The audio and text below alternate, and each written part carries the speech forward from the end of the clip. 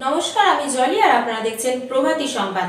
সত্যানুসন্ধানে প্রতিভার অন্বেষণ। মোটা হয়ে যাওয়া এখন একটি খুবই সাধারণ সমস্যা।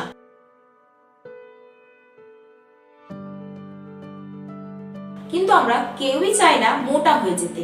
বিশেষ করে মেয়েরা তো কেউই চায় না মোটা হয়ে যেতে। কিন্তু আপনি কি জানেন, মোটা হয়ে যাওয়ার সাথে সাথে আপনার শরীরে জমাট বাঁধতে পারে নানা ধরনের ছোট ছোট রোগ,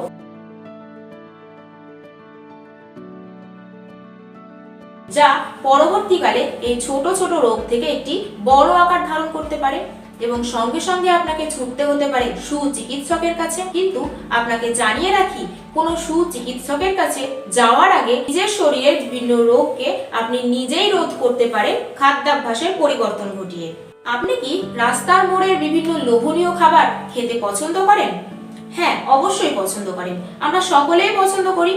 কিন্তু যদি আপনি দিন দিন মোটা হয়ে যান, তাহলে আজই সেই সমস্ত খাবার খাওয়া ত্যাগ করুন। ইচ্ছে হলেও খেতে পারবেন না, কারণ আপনি মোটা হয়ে যাওয়ার সাথে সাথে আপনার লিভারে জমতে থাকছে ফ্যাট, যা পরবর্তীকালে একটি বড় আকার ধারণ করবে। এছাড়াও আপনার খাবার তালিকা থেকে বাদ দিতে হবে আরো একটি জিনিস, ময়দার তৈরি বিভিন্ন খাবার, যেমন ধরুন রুটি, লুচি, পরোটা ইত্যাদি তৈলাক্ত খাবার। এই সমস্ত খাবারগুলি আমরা সকলেই খেতে পছন্দ করি, কিন্তু আপনি হয়তো জানেন না এই সমস্ত লোভনীয় খাবারগুলি আপনার লিভারে ফ্যাট জমাচ্ছে। আজই ত্যাগ করুন এই সমস্ত খাবার।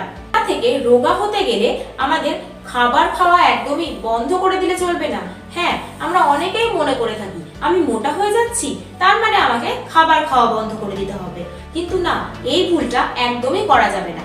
খাবার খান নিয়ম মাফিক, সঠিক নিয়মে, পুষ্টি সমৃদ্ধ এবং প্রোটিন যুক্ত খাবার খান। মনে রাখতে হবে, খাবার না খেয়ে আপনি রোগা হতে পারবেন না, বরং খাবার খেয়ে সঠিক নিয়মে থেকে রোগা হতে পারেন এবং নিজের শরীরের বিভিন্ন রোগকে প্রতিরোধ করতে পারেন।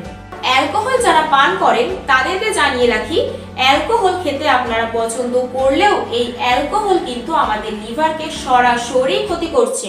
আজই ত্যাগ করুন এই অ্যালকোহল, পরিবর্তে বেশি করে জল খান। কি কি করতে হবে আপনার রোগা হওয়ার জন্য এবং শরীরের বিভিন্ন রোগকে প্রতিরোধ করার জন্য?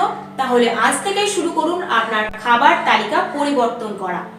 এই পুষ্টি সমৃদ্ধ প্রোটিন যুক্ত খাবার খান, সুস্থ থাকুন এবং বিভিন্ন রোগ থেকে দূরে থাকুন।